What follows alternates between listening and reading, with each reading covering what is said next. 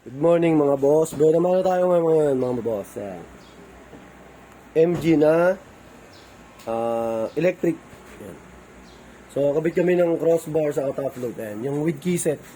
Nilagay natin para hindi masira yung roof rail ni boss. Ayan, ganda ng pagkakalapat. Tapos may susian. Heavy duty kasi balak din ni boss na maglagay ng owning tent eh. Ayan.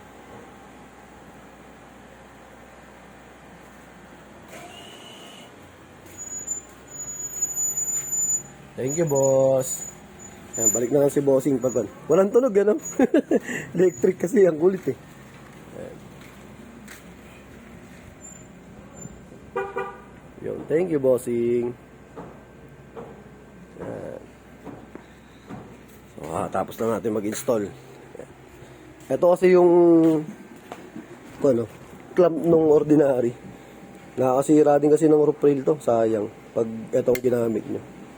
Kaya nag-upgrade si boss nung heavy duty. Ayan. So, thank you sa kanya. Ayan, nakagayak na yung mga gamit natin eh. Mabiyahe pa tayo. Ayan. So, dumating kasi si boss ngayong alas 7. May biyahe tayo ulit. Ayan. Ready na yung gamit. So, thank you kay bossing. Ayan. Hintayin na lang natin yung balik niya sa susunod. Videoan natin yung owning tent.